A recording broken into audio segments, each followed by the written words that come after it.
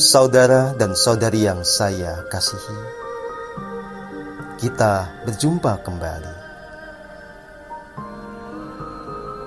Walaupun secara tubuh fisik kita dipisahkan oleh ruang dan waktu, jiwa kita saling bertaut, dan pesan-pesan semesta ini bisa mengalir kepada Anda semua melalui keberadaan diri saya. Biarlah ini menjadi sebuah momentum bagi setiap jiwa untuk bertumbuh, mencapai kesempurnaan sesuai dengan rancangan agungnya.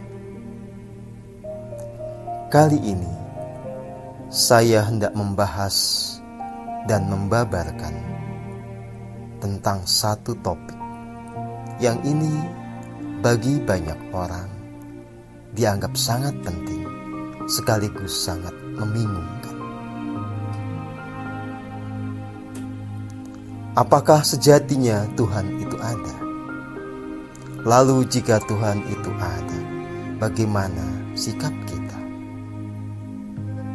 Saudara dan saudari yang saya kasihi, pelaku spiritual mengarahkan kita semua untuk melampaui segala bentuk asumsi, meninggalkan segala prasangka.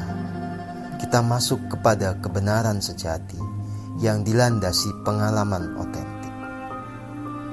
Ketika kita berbicara tentang Tuhan, maka sewajarnya itu harus terjadi setelah kita mengalami secara nyata realitas dari Tuhan itu sendiri. Tinggalkan segala konsepsi yang dibentuk di masa lalu lewat berbagai proses. Baik itu berangkat dari asumsi kita sendiri maupun kepercayaan kita kepada apa yang dikatakan oleh orang lain, sementara orang lain juga menggunakan prasangkanya. Bagaimana kita bisa punya pengalaman otentik tentang Tuhan? Sebetulnya sangat sederhana. Mulai dengan merasakan sepenuhnya aliran nafas. Rasakan setiap tarikan dan hembusan nafas. Rasakan hidup yang nyata. Dari manakah hidup yang Anda jalani ini berasal? Mengapa Anda bisa hidup? Hidup ini nyata. Anda bisa rasakan saat ini juga. Hanya kita jarang merenungkan dan punya pengertian yang utuh tentang hidup yang kita alami saat ini dan di sini. Lewat jalan keheningan, dengan membawa pikiran sepenuhnya memperhatikan momen saat ini dan di sini. Pikiran terhubung dengan rasa sejati, maka semua misteri ini bisa disingkap perlahan-lahan. Dalam setiap tarikan dan hembusan nafas, rasakan daya hidup yang mengalir di dalam diri. Daya hidup itu menyebar ke semua sel, ke semua organ di dalam tubuh kita, mengalir melalui semua jalur energi, menjangkau semua simpul energi di dalam tubuh kita. Daya hidup inilah yang menjadi penyebab hidup yang nyata yang sedang kita jalani. Bersama daya hidup ini juga kita bisa rasakan kasih yang nyata. Dalam setiap tarikan dan hembusan nafas, sesungguhnya semua orang bisa mengerti bahwa diri mereka selalu direngkuh dengan kasih dan kuasa yang tanpa batas.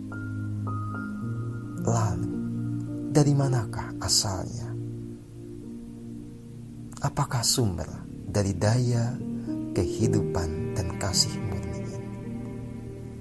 Saudara dan saudari yang saya kasihi, Sumber dari daya hidup dan kasih murni inilah yang sejatinya kita juluki sebagai Tuhan. Saya secara sederhana menyebutnya sebagai sang sumber kehidupan, sang sumber kasih yang murni. Tentu saja jangan bayangkan satu sosok. Rasakan saja bahwa daya hidup dan kasih murni ini mengalir kepada kita melalui berbagai saluran seperti udara, sinar matahari, dari satu keberadaan yang tanpa batas. Keberadaan yang tanpa batas yang meliputi segala yang ada. Saat kita semakin hening, kita akan mengerti bahwa keberadaan tanpa batas ini sejatinya identik dengan kekosongan absolut.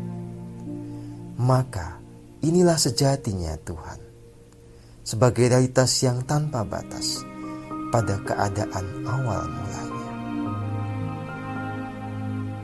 Kita sadari bahwa sejatinya kita selalu terhubung dengan kekosongan absolut ini, dan kekosongan absolut ini selalu meliputi keberadaan kita.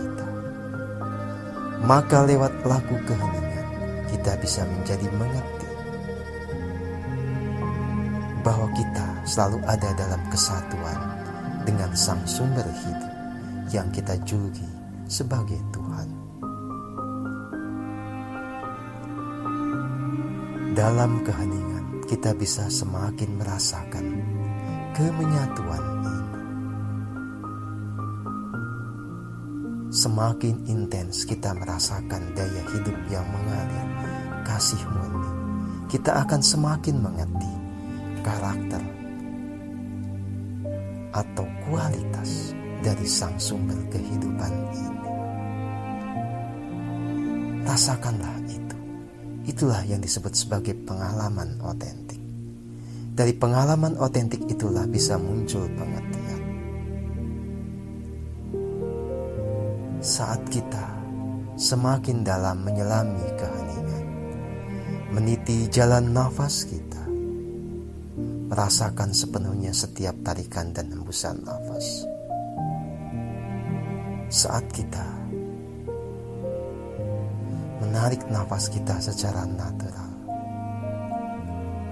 kita menemukan getaran yang lembut di pusat dada kita.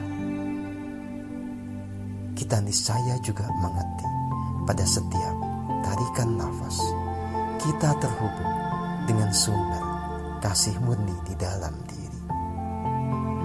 Dan dari situ juga kita bisa merasakan getaran kebahagiaan dan kedamaian. Saudara dan saudari yang saya kasihi, sumber dari kasih murni, getaran kebahagiaan dan kedamaian di dalam diri itulah yang bertahta di pusat hati, itulah yang disebut sebagai diri sejati atau Sang Roh Kudus. Maka inilah pengejawantahan Tuhan yang paling nyata di dalam diri. Inilah cara Tuhan untuk memperkenalkan dirinya kepada kita. Dialah Tuhan yang bisa kita jangkau di dalam keheningan lewat segenap getaran energi yang dipancarkannya, lewat tuntunan yang selalu disabdakannya, lewat kasih murni yang bisa kita rasakan dengan nyata pada setiap tarikan dan hembusan nafas. Laku spiritual membuat kita semua mengalami realitas ini, keterhubungan dengan diri sejati ini. Jika kita terus melakukan laku spiritual yang tepat, kita akan semakin menyingkap rahasia dari keberadaan Tuhan ini perlahan-lahan hingga mencapai titik keutuhan. Satu hal yang ingin saya tegaskan, laku spiritual mengarahkan kita untuk menjadi sadar penuh akan keberadaan Tuhan, hidup dalam tuntunan Tuhan yang nyata di dalam diri, dan berikutnya adalah merealisasikan kualitas ketuhanan di dalam diri. Tujuan laku spiritual adalah membuat kita semua tumbuh segenap benih ketuhanan di dalam diri. Itulah arti menjadi jiwa ilahi, jiwa yang sempurna dalam kesadaran seutuhnya, menyatu dengan Sang Sumber. Selamat menghayati semua ini. Betul-betul tenang dalam memperhatikan semua kata. Renungkanlah di dalam keheningan, dan biarlah tumbuh pengertian lewat pengalaman yang otentik, lewat pengalaman yang sesungguhnya nyata di dalam diri Anda sendiri. Terima kasih. Rahayu, rahayu semuanya.